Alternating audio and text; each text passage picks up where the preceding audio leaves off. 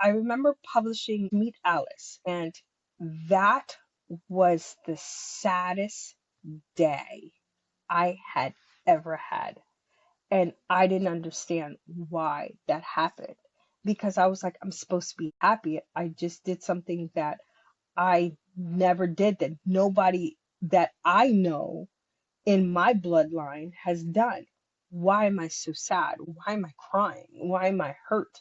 Why am I and it bothered me. It bothered me for a while. I got over it. I didn't really think too much of it. I'm telling you, I don't clear all the time.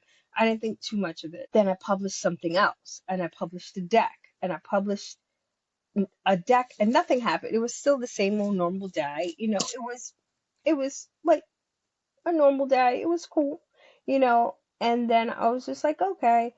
And then I published a different deck and shit started getting wonky. And I was just like, what is happening?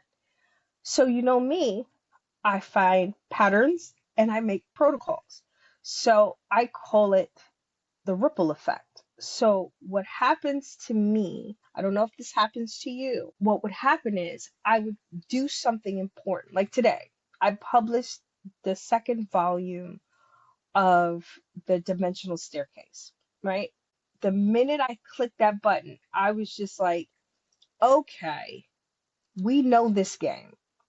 And I knew now that I'm so in tune with how my body feels and how the energy moves and all that other stuff, I realized that anytime I publish something of importance, there's a ripple. There's a heavy ripple.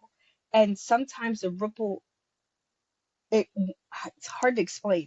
When it goes out to the rest of you, it's not always what the construct wants done. So it's kind of like that saying that where people are like, when you work for the devil, he leaves you alone because you're working for him. So he's not going to,